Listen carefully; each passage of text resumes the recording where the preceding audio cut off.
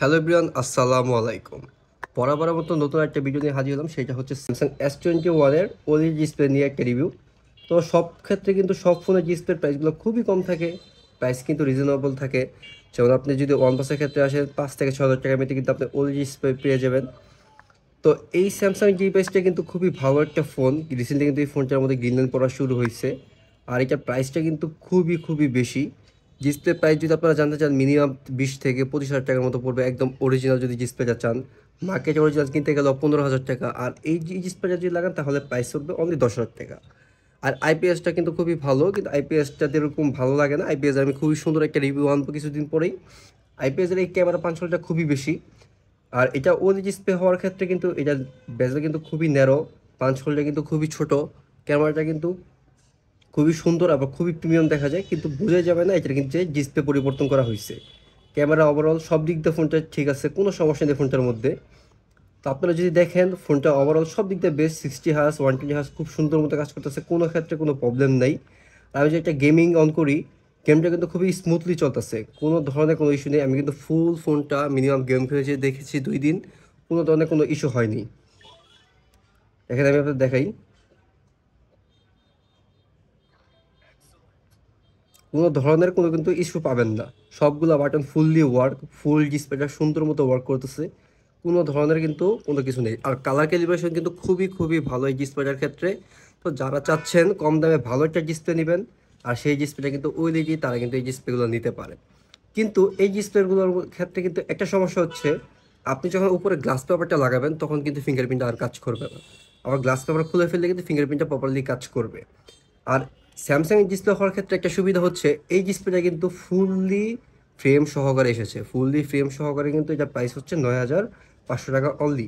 শুধু পিছনে ব্যাকসেলটা আমি কিনে নিয়েছি। তাছাড়া এই যে ফুললি একটা ফ্রেম দেখতেছেন, এই ফ্রেম সহ কিন্তু এই ডিসপ্লেটা আসে, যার কারণে কিন্তু ডিসপ্লেটা খুবই ভালো। ডিসপ্লেটা ফিটিংও কিন্তু খুবই সুন্দর হয়। আর যদি আপনারা এক্সট্রা ডিসপ্লে চান ওটাও লাগাতে পারবেন, ওটাও ভালো। কিন্তু আমি আপনাদের রিকমেন্ড করবো আপনার ফ্রেম সহকারে ডিসপ্লে লাগান, এক্ষেত্রে ডিসপ্লেটা খুবই ভালো থাকবে, কোনো ইস্যু হবে না, ফোনটাও ভালো থাকবে। তো অন্যান্য ডিসপ্লের ক্ষেত্রে কিন্তু ফ্রেম সহ খুবই কমই আসে, শুধু স্যামসাংয়ের ক্ষেত্রে কিন্তু ফ্রেম সহ আপনারা পেয়ে যাবেন। তো যারা চাচ্ছেন একদম কম প্রাইসে ভালো একটা ডিসপ্লেওয়ালা ফোন নেবেন, আর সেটা হতে হবে ওএলইডি, তারা কিন্তু এই ফোনটা নিতে পারেন। এই ফোনটার ক্ষেত্রে কিন্তু সব দিক দিয়ে বেস্ট, কিন্তু এই ফোনটার একটা জিনিস আমার কাছে কম লাগছে, মানে এই ডিসপ্লেটার আর কি, সেটা হচ্ছে কালার। কালার ক্যালিব্রেশনগুলো জানি কীরকম এরকম, লালটা খুবই লাল, কমলাটা খুবই কমলা, আর সবুজটা খুবই সবুজ, মানে কালারটা খুবই বেশি দেখাচ্ছে ওএলইডির ক্ষেত্রে। তো এটা কিন্তু আপনারা ওএলইডি বলা চলবে না, এটা কিন্তু একটা আইপিএস এর হালকা একটু প্রিমিয়াম ভার্সন বলা চলে। ডিসপ্লে কিন্তু ফুল ব্ল্যাক হয়ে যায়, কিন্তু মাঝে মাঝে যখন আমি ব্ল্যাক করে ফেলি তখন কিন্তু একটা শ্যাডো দেখা যায় ডিসপ্লের ক্ষেত্রে। তো কিন্তু বোঝা যায় যে ভিতরে একটা র্যাক র্যাকে উঠছে।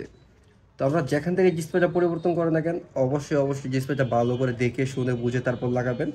অনেক ক্ষেত্রে আমাকে কিন্তু আপনারা জিজ্ঞেস করেন ভাই এই ডিসপ্লেটা কীরকম হবে, ওই ডিসপ্লেটা কীরকম হবে। সব ডিসপ্লেই ভালো, আপনারা যখন লাগাবেন তখন অবশ্যই ডিসপ্লেটা চেক করে লাগাবেন।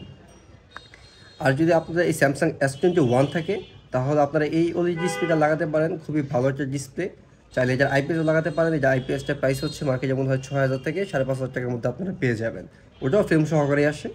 তো যারা চান কম দামে ভালো একটা ডিসপ্লে, তারা কিন্তু এই ওএলইডি ডিসপ্লে তাদের জন্য একদম বেস্ট একটা ডিসপ্লে হতে পারে।